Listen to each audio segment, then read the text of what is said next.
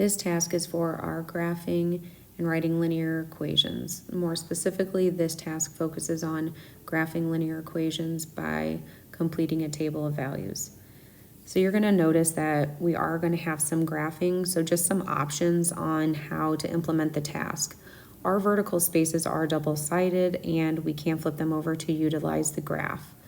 If you do not have that option, they can be in random groups at tables, either using handheld whiteboards that have maybe a graphing option on one side, or they can use graph paper, because we are going to need them to graph these in order to see what they look like.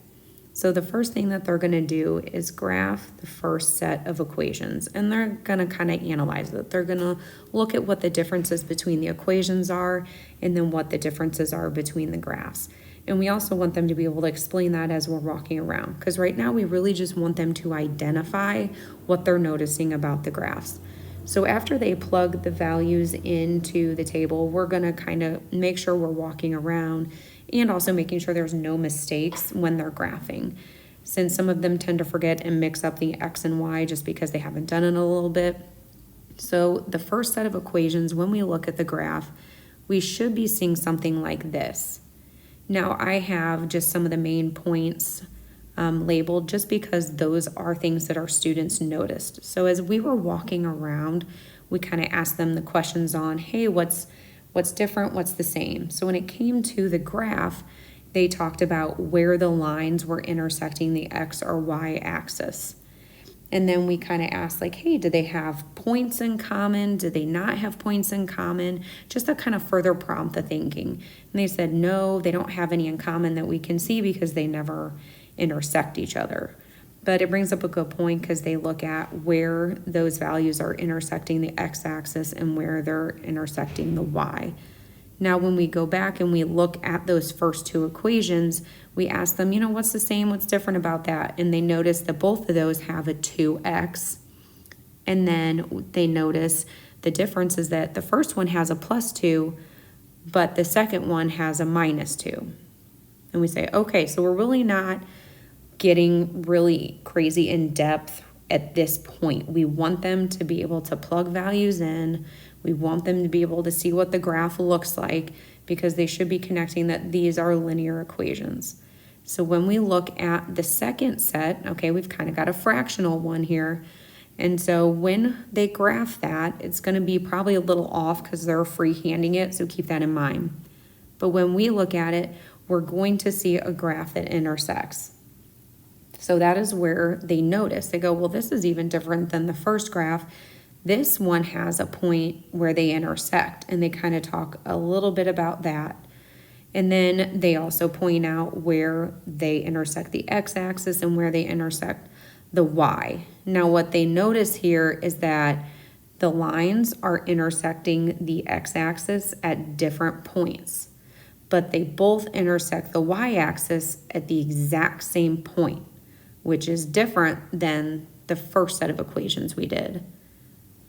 So when we look at those equations, we go, okay, what's the same about them? What's different? They notice that the +1 is the same, but they also notice that they say the slope is similar or has similarities just because the numbers are the same, but then they do say it is a difference, that one is positive and one is negative. So then we like to further push that thinking. So they were completing a table of values, but now if you look down at the bottom, we want them to consider, what would the graphs look like if we had equations that looked like just x equals 3 and y equals -2?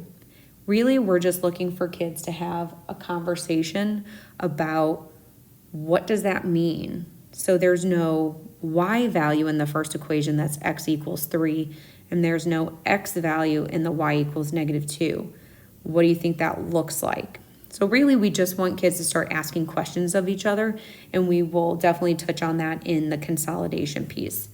Now, some of the kids do figure it out, and we know we should get something that looks like this. We should have two intersecting lines, and they are going to intersect at right angles. We're not really comparing the relationship between these two, but they should just see that the y equals -2 is a horizontal line and the x equals 3 is a vertical line. In that consolidation piece, you definitely want to ask kids to share what they noticed about the equations. And then we kind of take it a little bit further if we're able to, and we ask them what that connection is between the similarities or differences in the equation connected to the graph. So meaning sometimes we do get a student that will recognize in that second set of equations that they have +1. Both of them have +1. And that is where they intersected the y-axis. Now, that is not necessarily a connection that all of our groups were able to make, but it kind of pushes off a good conversation piece on what do we think that actually means then.